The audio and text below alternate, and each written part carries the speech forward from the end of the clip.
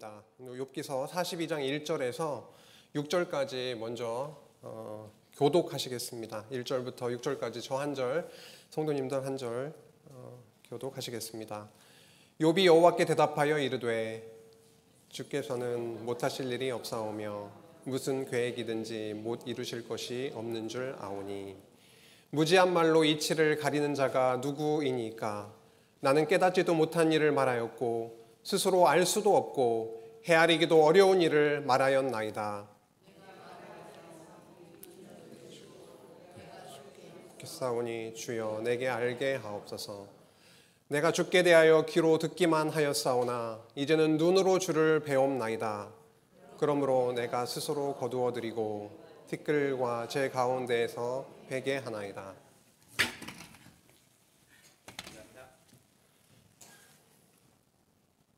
예, 1절부터 6절까지 함께 이렇게 교독했습니다. 욥기가 1장에서 42장까지 되어 있는데요. 42장 마지막 부분에 욥이 고백했던 말입니다. 많은 고난을 다 겪고 나서 결론적으로 여호와께 드렸던 찬양의 내용인데요. 모든 것을 이루실 수 있는 여호와 하나님을 깨닫고 내가 귀로만 들었었는데 이제 하나님을 여호와를 눈으로 봅니다 라고 고백하는 말씀입니다. 그리고 하나님이 어떠한 분이신지를 깨닫고 나니까 욥이 결과적으로 하게 되는 일이 뭐였냐면 회개하나이다 라고 말씀하고 있습니다. 정말 저희도 하나님을 얼마나 잘 깨달아가고 있는지, 하나님을 깨달으면 깨달을수록 우리 스스로가 어떠한 존재인지를 알게 되기 때문에 우리의 입을 통해서 이러한 고백이 나올 수밖에 없고, 최종적으로 저는 죄인입니다. 그리스도 십자가 없이는 살 수 없습니다.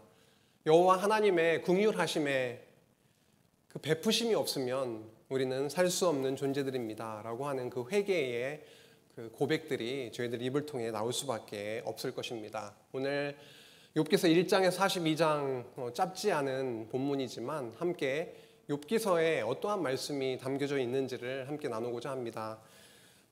첫 번째 시간을 통해서는 욥기에 대해서 간단하게 질문들을 던져가면서 욥기에 대한 서론을 살펴보고, 그리고 본문을 이렇게 전체 흐름을 통해서 살펴나가고자 합니다. 먼저 망하게 하시는 여호와, 뜻대로 하시는 여호와의 일부분 14장까지를 첫 시간에 살펴보고요. 두 번째 시간에는 뜻대로 하시는 여호와 15장으로부터 흥하게 하시는 여호와, 욥기서 끝까지 본문을 함께 나누고요.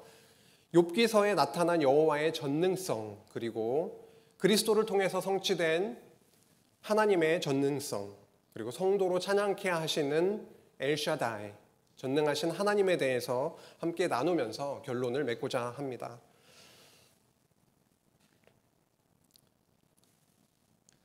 성도님들, 욥기서는 성도님들에게 어떠한 말씀으로 그렇게 기억이 되고 있습니까? 욥기서는 어떠한 말씀으로 이렇게 마음 가운데 아니면 기억 가운데 이렇게 있을까요? 욥기서를 한 번도 읽어보지 않은 분은 없을 겁니다. 그리고 욥기에 대한 이야기를 적어도 몇 번은 들어보셨을 텐데 욥기서 말씀이 어떠한 말씀으로 그렇게 다가오십니까? 한번 마음속에 질문을 한번 던져보면 좋겠습니다. 욥기의 주제는 무엇일까요?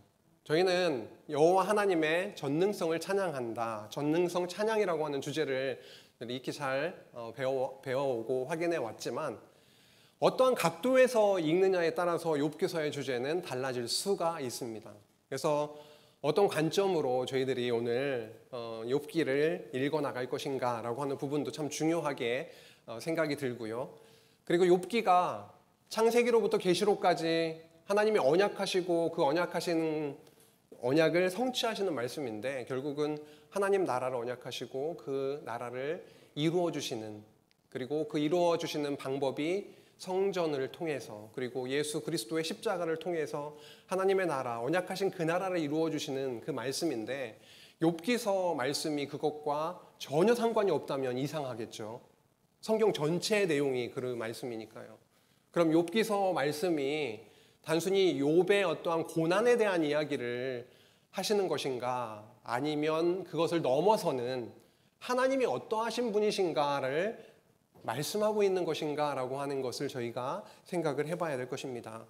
그 욥기서를 읽고 나서 내용은 잘 알았다 하더라도 그 안에 담겨져 있는 복음, 참 생명의 말씀, 그 하나님 나라 복음을 저희들은 또 깨닫고 누려야 될 것인데요. 그게 저희들의 노력과 힘으로 되지 않죠. 우리의 우둔해진 우리의 이성을 일깨워 주시고 이 시간 성령께서 함께 하여 주셔서 우리의 교사 되신, 참 교사 되신 성령께서 말씀을 보고 또한 깨닫게 해주시기를 또 간절히 소망하게 됩니다. 먼저 시가서에 대해서 지난 시간에 그 시가서 개관을 했기 때문에 그 일부분을 가지고 왔습니다. 시가서는 구약의 역사를 근거로 하고 있다라고 하는 것을 잘 나타내주는 그림이었죠. 그래서 시가서는요, 여호와께서 하나님의 나라를 언약하시고 그 언약하신 나라를 성취해 주시는 과정에서 하나님이 언약을 성취하시기 위해서 수많은 일을 섭리하셨잖아요. 그 섭리하시는 과정에서 하나님의 어떠하심이, 그 속성이 막 분출이 됐죠. 보여주셨다라고 하는 거죠. 전능하신 하나님, 신실하신 하나님, 주권자 되신 하나님, 영원하신 하나님, 사랑이 너무도 풍성하신 자비의 하나님, 그 이외에도 거룩하시고, 그렇죠? 어느 곳에도 계시는 편지하시는 하나님 등등해서 수많은 하나님의 속성이 드러났었는데, 그 하나님의 어떠하심을 깨달은 언약자손들이 찬양을 했다라는 겁니다. 그 찬양이 욥, 시편, 잠언, 전도, 아가서인데 오늘 특별히 욥기서를 통해서 그 부분을 함께 나누게 되었는데요. 시가서는 언약자손들의 여호와 하나님의 속성에 대한 찬양이다라고 했을 때 중요한 시가서가 무엇인가라고 하는 것이고요. 하나 정말 더 중요한 게 있습니다. 욥기서부터 아가서까지 이 시가서를 통해서 하나님은 하시고자 하는, 말씀하시고자 하는 핵심이 있는데요. 그것은 뭐냐면 이 찬양을 통해서 내가 언약한 그 나라를 이루어 주시기 위해서 그리스도를 보내주시겠다라고 하는 찬양을 통한 언약이다라고 하는 것을 꼭 마음속에 두시고 오늘 욥기서를 보기를 원합니다. 결국 욥기는 여호와 하나님의 여러 가지 어떠하심, 그 속성 중에서 특별히 전능성에 대해서 중점적으로 찬양을 하고 있고, 그 찬양을 통해서 그리스도를 보내주시고 그 그리스도를 통해서 하나님의 나라를 이루어 주시겠다라고 하는 언약의 말씀임을 다시 한번 기억하고 넘어가겠습니다. 욥기를 읽어나가는 그 관점은 다양합니다. 모든 한국교회, 모든 세계교회 성도들이 저희가 가지고 있는, 저희들에게 주신 하나님 나라 언약 관점으로, 언약과 성취의 관점으로 욥기서를 읽고 있지 않음을 쉽게 확인할 수가 있습니다.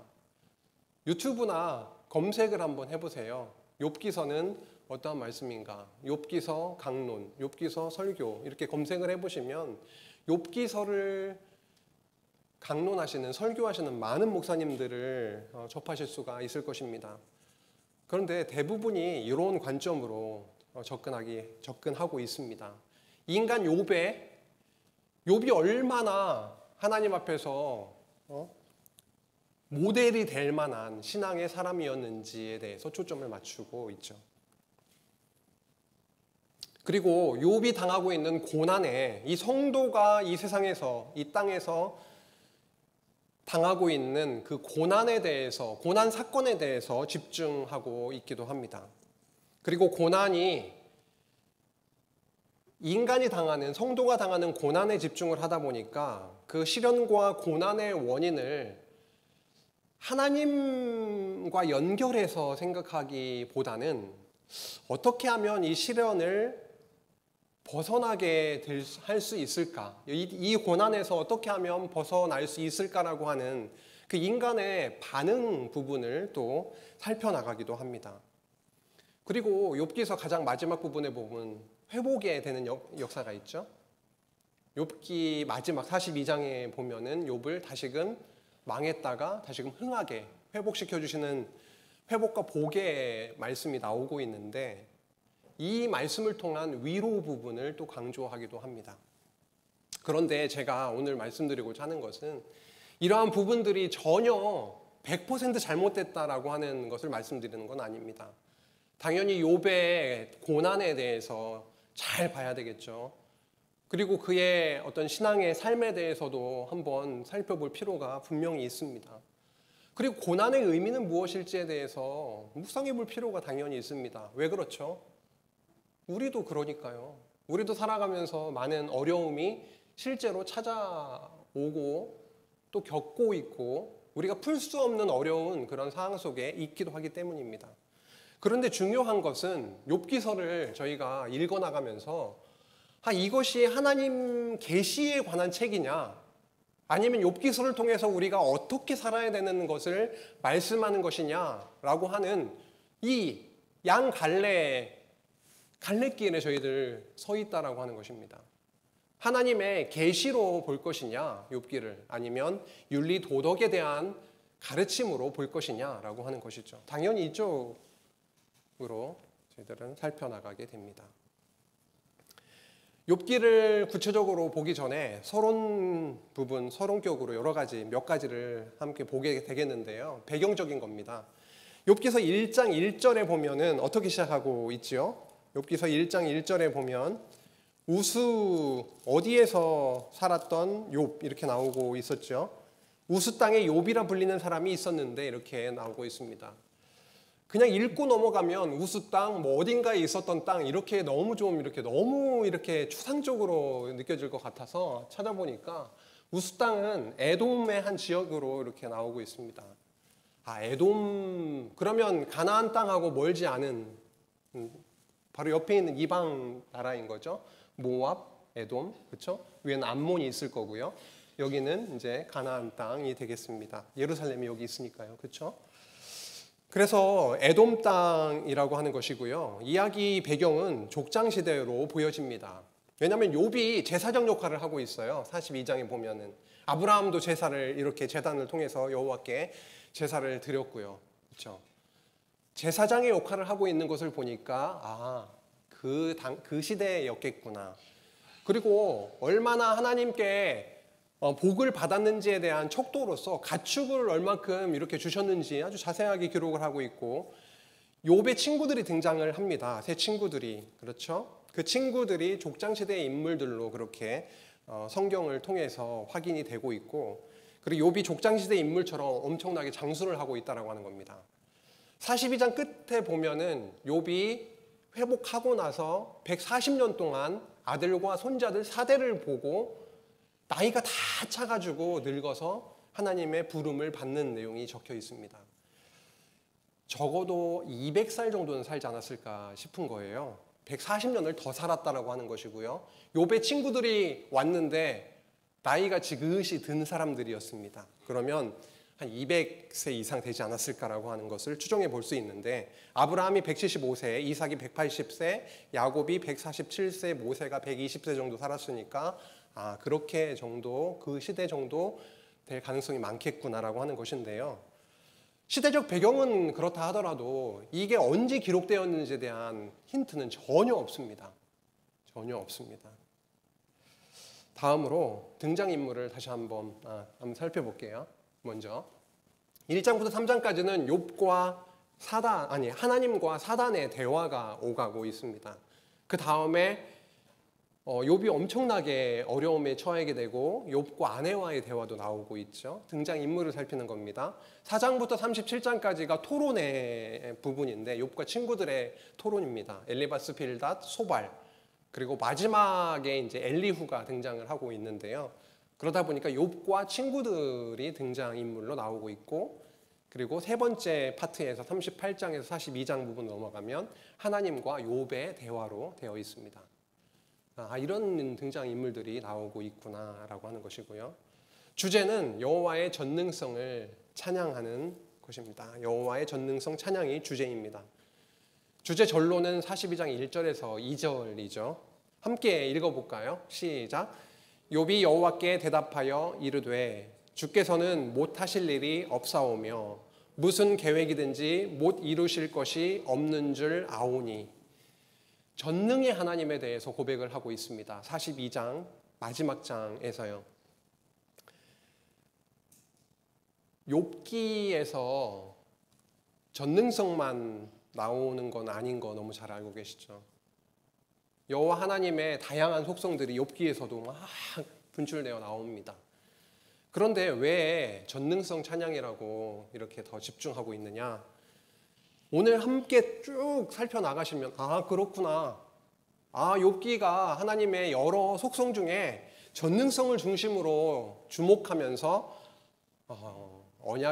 언약하고 있는 말씀이구나라고 하는 것을 더 알 수가 있을 텐데요. 조금 미리 보면 38장에서 41장까지를 보면 여호와의 권능에 대해서 엄청나게 막 말씀을 하고 있습니다. 여호와께서 이러한 권능을 갖고 계시다.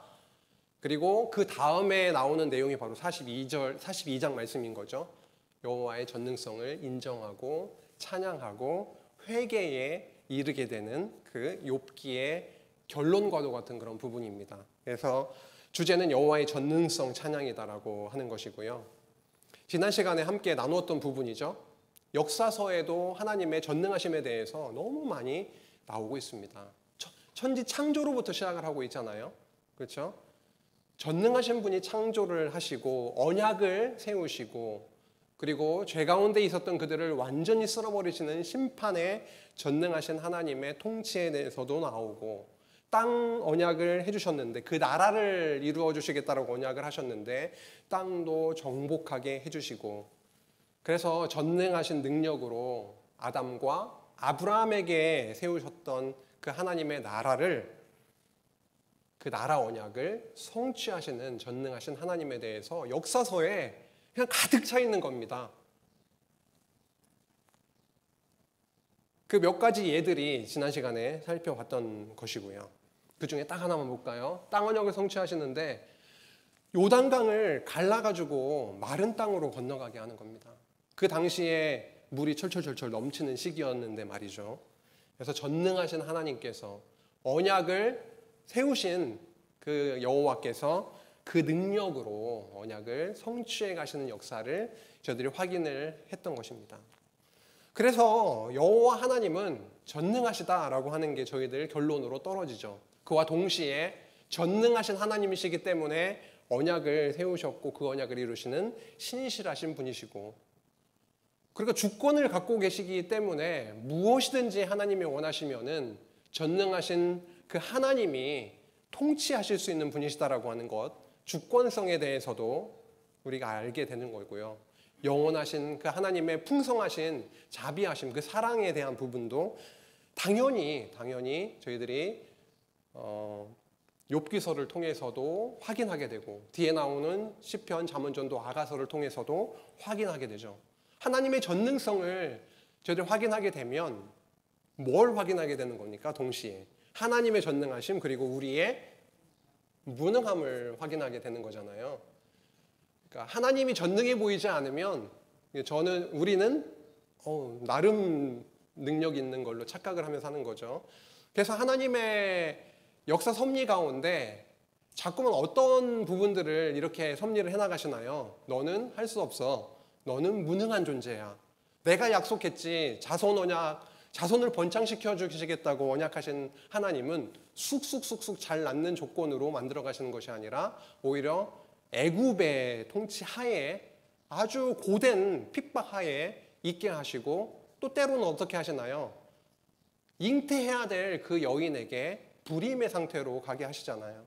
결국은 그 언약 성취는 전능하신 하나님이 해나가신다. 내가 한다라고 하는 것을 말씀하시는 거죠. 결국 인간의 무능성에 대해서 깨닫게 하시고 결국은 하나님의 속성의 영광을, 전능하심의 영광을 찬양하게 하시는 것입니다. 욥기서 42장에서도 결론적으로 그렇게 되는 거잖아요. 결국은 하나님의 전능하심을 인정케 하시고 그리고 입으로 막 많은 얘기를 했잖아요. 욥이. 그렇죠? 새 친구들이 막 달려드니까 거기에 대해서 막 반박을 막 하고 많은 이야기를 했는데 그리고 나서 하나님의 전능하심을 제대로 또 확인하고 깨닫게 되니까 입을 가리게 되는, 그렇죠. 그리고 회개에 이르게 되는 그런 부분으로 나아가게 되는 것입니다. 욥기서의 문학적인 형태를 조금 보면은요, 두 가지로 나누어져 있습니다. 시작 부분 1장에서 2장, 그리고 마지막 부분 42장 7절에서 끝절까지, 그리고 나머지 부분 토론의 부분이잖아요.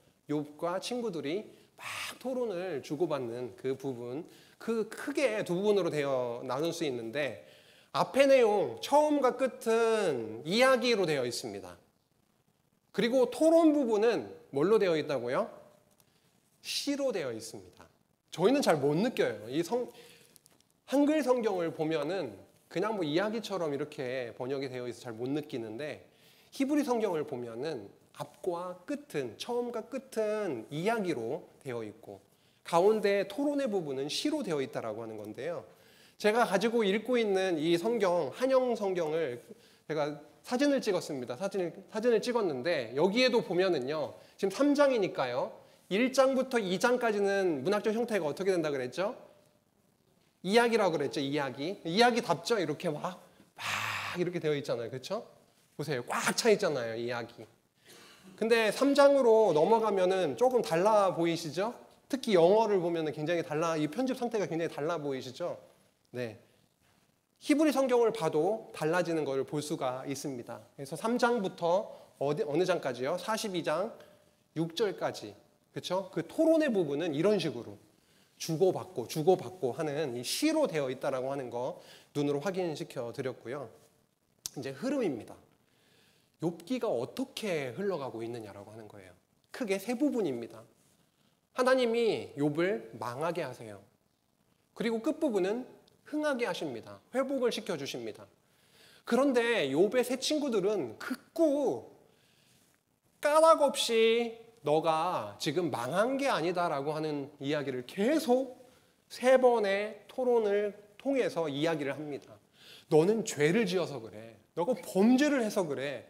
아무 까닭 없이 그런 게 아니라니까 라고 하는 이야기를 합니다.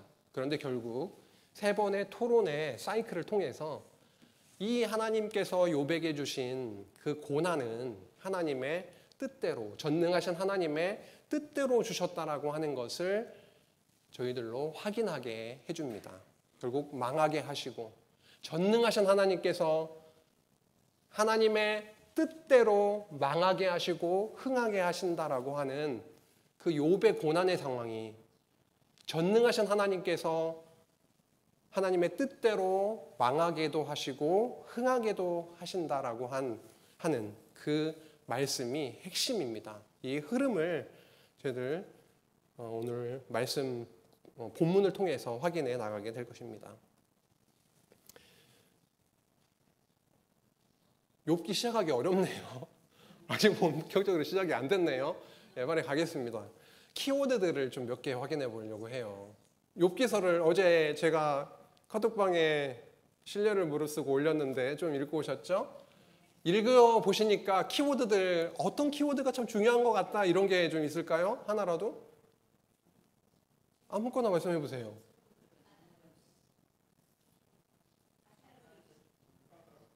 와, 너무 열심히 읽으셨나 봐요. 제가 첫 번째 뽑은 게 까닭 없이라고 하는 건데, 사단은 어떻게 까닭 없이 여호와를 경외할 수가 있습니까? 이렇게 다가오는 겁니다. 하나님은요, 까닭 없이 이렇게 고난을 당하게 해도 범죄하지 않지 않느냐, 이렇게 또 말씀하시죠.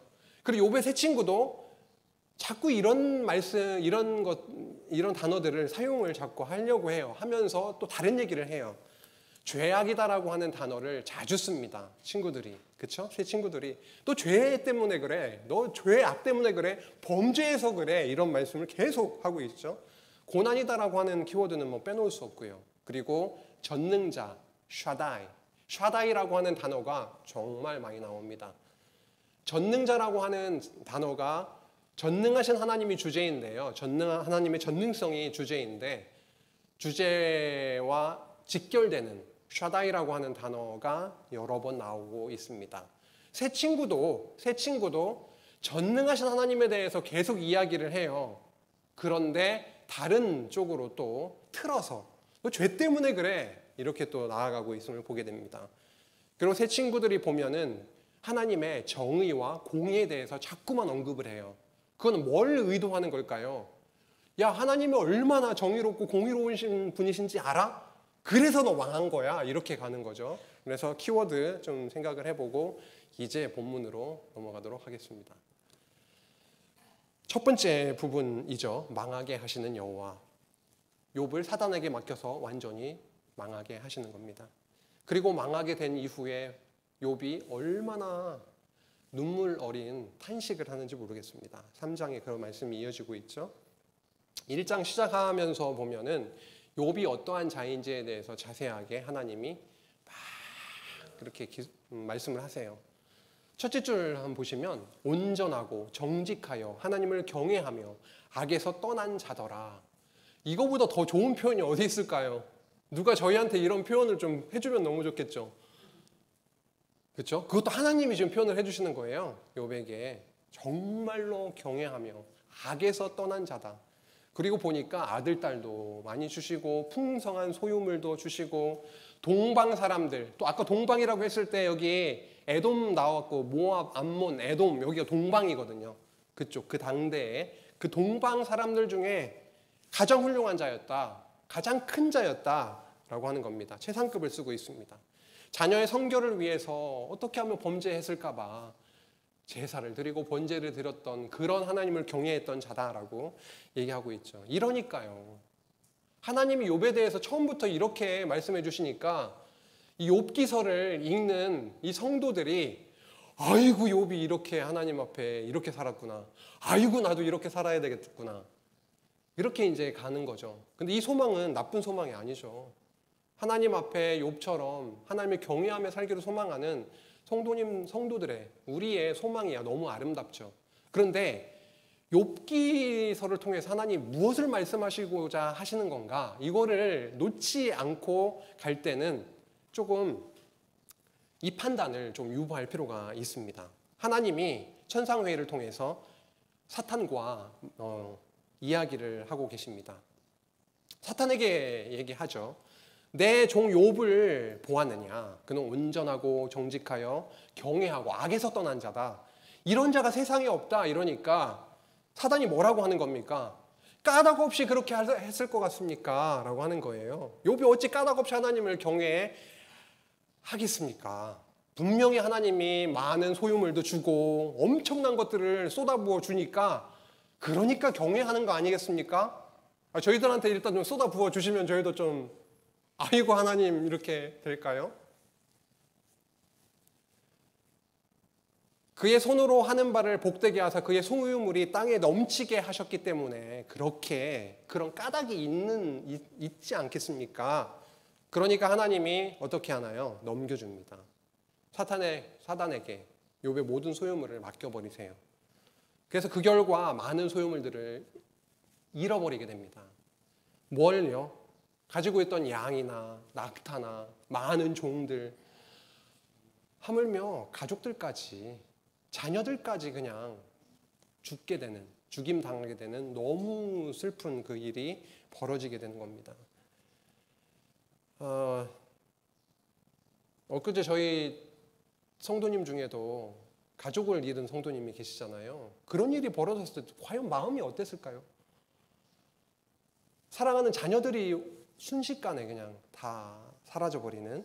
그래서 참 이런 고난이 당했다라고 하는 거죠. 일단 하나님께서 이런 고난의 상황을 주셔서 그런데 하나님이 욥을 붙드시는 거예요. 여호와께 예배하는 부분이 나옵니다.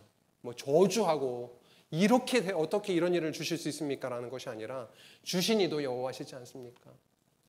거두신 이도 여호와시오니 여호와 이름이 찬송을 받으실지니이다 라고 하는 그런 예배를 드리게 하는, 고백하게 하는 부분이 나오고 있습니다. 두 번째 천상 토론이에요. 하나님과 사단이 다시 한번 그렇게 이야기를 합니다. 하나님이 그러세요. 까닭 없이 그렇게 치게 해도 어떻게 했다는 거죠? 여전히 자기의 온전함을 굳게 지키고 있지 않느냐. 근데 이것이 욥의 어떠한 의로움, 욥의 출중한 능력 때문에 그랬던 걸까요? 진짜 욥 자체가 의로운 자입니까? 노아 같은 경우에도 하나님이 은혜를 베풀어 주시고 의롭다 칭하시더라고요. 욥 같은 경우에도 하나님이 붙들어 주시니까, 은혜를 베푸셔서 붙들어 주시니까 그렇게 자기의 온전함을 굳게 지키게 됐던 거죠. 그래서 이번에는 뼈와 살을, 이제 건강까지 치도록 그렇게 하나님이 넘겨버리시는 겁니다. 아내는 이러한 상황들을 보고 완전히 건강이 무너지고 거의 벌레와 같은 상황이 되어버리니까 아내의 입을 통해서 하나님을 욕하고 죽으라 라고 하는 그런 독설까지 나오게 되는 상황으로 치달아가고 있습니다. 그럼에도 불구하고 욥은 입술로 범죄하지 아니하는 모습이 2장 10절에 나오고 있습니다. 이러한 상황 가운데 누가 등장을 하게 되는 거냐면 욥의 새 친구가 등장을 하게 되는 거죠. 2장 11절에 보면 새 친구 이름이 나오고 있습니다. 근데 치열한 토론을 주고받을 사람들이죠. 대만 사람 엘리바스, 수아 사람 빌닷, 나아마 사람 소발, 이 세 사람이 오게 되고 너무 와서 보니까 욥의 상황이 말이 아닌 겁니다. 그래서 차마 말도 못 붙이고, 그렇죠? 밤낮 7일 동안 그와 함께 땅에 앉았으나 욥의 고통이 심함을 보고 그에게 한마디도 말하는 자가 없었습니다. 함께 앉아서 고통을 같이 하게 되는 거죠. 그때 욥은 탄식을 하게 됩니다. 3장 전체 내용이 탄식의 내용이죠. 생애를 저주하면서 탄식하고 죽기를 원하며 탄식하고 있습니다. 어떤 말을 계속 반복을 하고 있습니까? 어찌하여 이런 상황을 주셨습니까? 차라리 엄마 뱃속에서 태어나지 않았었으면 더 좋겠었습니다 라고 하는 것이죠. 얼마나 고통스러우면 그랬을까요? 어찌하여라고 하는 단어를 하나님 앞에 이렇게 사용해 보신 적이 있으세요? 없다고 하시면 거짓말이실 거고요. 저도 이미 사용해 본 적이 있기 때문에, 그렇죠? 이런 상황들이 저희들에게도 분명히 있습니다. 어찌하여 아버지 하나님께 이렇게 통곡하는 그런 일들이 욥에게도 있었고 저희들에게도 있는 거죠. 그래서 지금 1장에서 3장까지는요 완전히 욥으로 하여금 망하게 해버리시는, 완전히 밑바닥으로 추락하게 해버리시는 정말 최고의 삶, 풍성한 삶, 하나님께서 주시는 복을 누리는 그 당대에 있어서 가장 큰 자, 그죠? 가장 훌륭한 자였던 자가 이제는 벌레와 같은 자리로 내려오게 하셨다라고 하는 거죠. 이러한 내용만 봐도요, 하나님께서 욥의 그 고난의 삶을 통해서 완전히 하나님 본체의 형상이신 그 하나님이 육신을 입고 이 땅에 오셔서 십자가에 못 박히셔서 완전히 죽음의 자리까지 내려가시는 그것을 언약하시는 거구나 라고 하는 것을 또 저희들이 이제 감각적으로 아시는 거죠. 욥기서를 보면서도 단순히 욥의 고난으로 끝나는 것이 아니라 그리스도께서 우리를 대신에 받으실 하나님의 의 대신 예수 그리스도께서 이 땅에 오셔서 받으실 그 고난을 저희들로 하여금 욥기를 통해서 또 바라보게 하시는 겁니다. 이제 두 번째로 넘어갑니다. 뜻대로 하시는 여호와. 4장에서 37장까지 굉장히 긴 내용인데요. 오늘 첫 시간은 여기 14장까지인데요. 이렇게 잘못되어 있네요. 첫 번째 토론까지를 보겠습니다. 첫 번째 토론 부분까지 함께 살피겠습니다. 욥의 친구들, 세 친구가 나오죠. 세 친구들과 욥의 토론의 내용입니다. 그런데 핵심은 이겁니다. 오늘 뒤에 나오는 내용들이 정말 방대해요. 그렇죠? 생각만 하셔도 엄청 방대하잖아요. 그렇죠? 핵심은 이겁니다. 친구들은 계속 이 이야기를 하고 있어요. 야, 욥아, 너가 지금 이 망한 것은 너의 죄악 때문이다. 회개해라. 이런 겁니다. 아무 까닭 없이 너가 지금 망한 상황이 아니라 틀림없이 너가 잊었거나 너가 알지 못하거나 아니면 너가 직접 행했던 아니면 너희 자녀들이 행했던 분명히 죄악이 있다. 그 죄악을 하나님께 나아가서 고하고 회개해라. 그러면 회복시켜 주실 것이다. 이렇게 이야기를 하고 있고요. 욥은 아니다라고 하는 겁니다. 아니다. 전능하신 하나님은 오히려 악인도 형통하게 하실 수 있는 분이시다. 의인도 이렇게 고난 가운데 있게 하실 수도 있고 악인도 형통하게 하실 수 있는 그 전능하신 그 하나님, 그분을 또 붙잡고 있음을 저희들이 확인하게 될 겁니다. 그래서 첫 번째 사이클이 돌아갑니다. 먼저 엘리바스 그리고 빌닷 소발, 첫 번째 토론이 이렇게 돌아가게 됩니다. 엘리바스 욥, 빌닷 욥, 소발 욥, 이렇게 계속 주고받는 토론이 이어지게 돼요. 그게 두 번째 그리고 세 번째로 이어지게 되는데요. 첫 번째입니다. 엘리바스가 이렇게 이야기를 하기 시작하겠죠. 포인트만 짚고 넘어가겠습니다. 죄 없이 망한 자가 누구냐라고 하는 겁니다. 너가 망한 것은 분명히 죄가 있다라고 하는 거죠. 죄 없이 망할 수는 없다. 죄가 있다. 너는 죄인이기 때문에 망한 거다라고 하는 것. 어떻게 정직한 자의 끊어짐이 있느냐라고 하면서 욥의 죄에 대해서 자꾸만 말을 하고 있습니다. 욥은 이렇게 또 변론을 하죠. 내가 보건대 악을 밭갈고 독을 뿌리는 자는 그대로 거두나니 다 하나님의 입 가운데 멸망하고 그의 콧김에 사라지느니라 라고 말합니다. 악을 밭갈고 독을 뿌리는 자는 그대로 거두나니, 마치 뭔가 네 말이 맞아 이렇게 얘기하는 듯 하죠. 그렇죠? 근데 볼지어다 하나님께 징계받는 자에게는 복이 있나니, 엘리바스가 얘기를 하는 겁니다. 볼지어다 하나님께 징계받는 자에게는 복이 있나니 그런즉 너는 전능자의 징계를 업신여기지 말지니라. 하나님께 징계를 받고 있는 너에 대해서, 욥에 대해서 이렇게 또 얘기하고 있죠. 근데 엘리바스도 전능자 샤다이라고 하는 단어를 쓰고 있습니다. 너는 샤다이, 전능하신 자의 징계를 업신여기지 말라. 너는 너의 죄악 때문에 징계를 받고 있다라고 하고 있죠.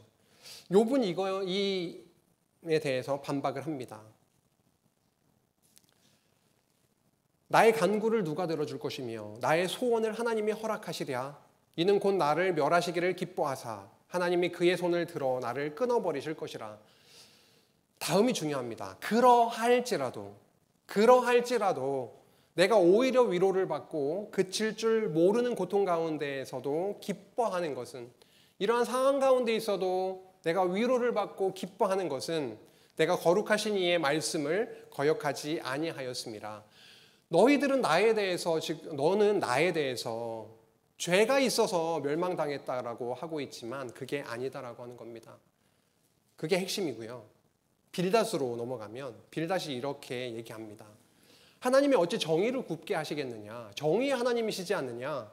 그리고 공의를 굽게 하시겠느냐? 정의와 공의의 하나님이시지 않느냐?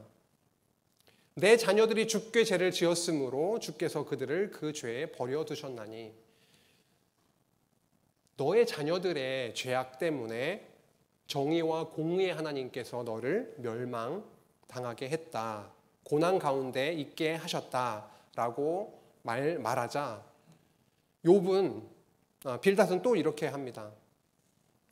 이런 상황 가운데 있으니까 이렇게 또 얘기합니다. 빌닷이 내가 만일 하나님을 찾으며 전능하신 이에게 또 샤다이라고 하는 단어를 또 언급을 하죠. 이 단어를 욥만이 아니라 또 하나님이 직접이 아니라 새 친구들도 자꾸만 전능하신 하나님에 대해서 들먹이면서 결국은 전능하신 이에게 간구하고 6절 또 청결하고 정직하면, 결국은 찾고 간구하고 청결하고 정직하면 반드시 너를 돌아보시고 내 의로운 처소를 평안하게 하실 것이라. 저도 정말 잘하는 말씀이죠. 내 시작은 미약하였으나 내 나중은 심히 창대하리라. 이거 어디서 많이 보셨어요? 뭐 집에서도 붙여 있을 수도 있고, 식당 같은데 이런 거 나중에 이 액자 같은 거 선물하고 할 때 이런 거 많이 했었던 거잖아요. 근데 이제 맥락적으로 보면은 조금 애매합니다. 그 갖다 주기가. 찾고 하나님을 찾고 간구하고 정직하면 회복해 줄 것이다. 이렇게 얘기를 하고 있습니다. 완전히 인과응보, 상선벌하게 하나님에 대해서 말씀하고 있는 거죠. 욥이 당하고 있는 고난과 이런 아픔은 적어도 욥기서의 흐름 속에서 봤을 때는 욥이 죄를 지어서 범죄해서가 아니라 하나님의 전능하신 하나님께서 하나님의 뜻대로 의인을 고난 가운데 있게 하실 수도 있고 다시 회복시키실 수도 있는 그러한 능력의 하나님이시다라고 하는 것을 말씀하고 있는데 빌닷은 아니다라고 하는 거죠. 정반대의 얘기를 하고 있습니다. 이렇게 인간이 해야 회복시켜 주신다. 너에게 죄가 있다라고 하자 욥은 반박을 합니다. 하나님이 온전한 자나 악한 자나 멸망시키신다라고 얘기를 합니다. 온전한 자도 멸망시키실 수도 있고, 그렇죠? 악한 자도 멸망시키실 수도 있는, 왜요? 전능하시기 때문에. 전능하신 분이 어떠한 뜻을 가지시면은 이렇게 하실 수도 있고 저렇게 하실 수도 있기 때문에요. 그 부분을 지금 언급을 하면서 반박을 해나가고 있습니다. 만약 내가 범죄하면, 만약 내가 악하면 화가 있을 것이며 내가 의로울지라도 머리를 들지 못하는 것은 내 속에 부끄러움이 가득하고 내 환난을 내 눈이 보기 때문이다. 욥도 알죠. 내가 완전히 하나님 앞에 완전히 완벽한 의로운 자다라고 얘기하고 있지 않습니다. 내 속에 부끄러움이 있다라고 하는 것, 그리고 내 환난을 내 눈이 지금 보고 있다라고 하는 것, 하나님 앞에 죄인이다라고 하는 것을 인정하고 있는데요. 소발이 이렇게 또 얘기하기 시작하는 겁니다. 악한 일은 상관하지 아니하신 듯하나 다 보고 계시다, 하나님이. 그렇죠? 그리고 13절로 보면은 너가 주를 향하여 손을 들 때에 내 손에 죄악이 있거든 멀리 버리라. 불의가 내 장막에 있지 못하게 하라. 내 안에는 지금 죄악이 있다, 불의함이 있다라고 하는 겁니다. 이것에 대해서 욥은 이렇게 반박해 나가기 시작합니다. 그런데 있잖아, 불의한 자가 멸망당한다고 자꾸만 나에게 그러고 있는데 지금 너희 주변을 둘러보라라고 하는 거죠.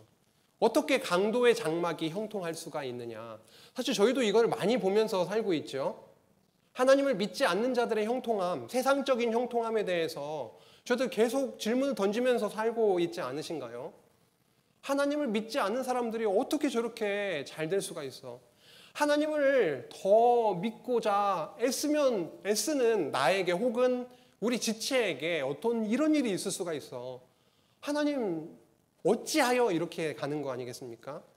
근데 강도의 장막이 형통하지 않느냐, 하나님을 진노하게 하는 자는 평안하지 않느냐라고 하면서 반박을 하고 있습니다. 그러니까 너희들이 지금 나에 대해서 이야기하고 있는 것이 맞지가 않다라고 하는 것이죠. 주는 나를 수월에 감추시며 주의 진노를 돌이키실 때까지 나를 숨기시고 나를 위하여 규례를 정하시고 나를 기억하옵소서. 이렇게 욥이 기도하고 있습니다. 너무 중요한 말씀이죠.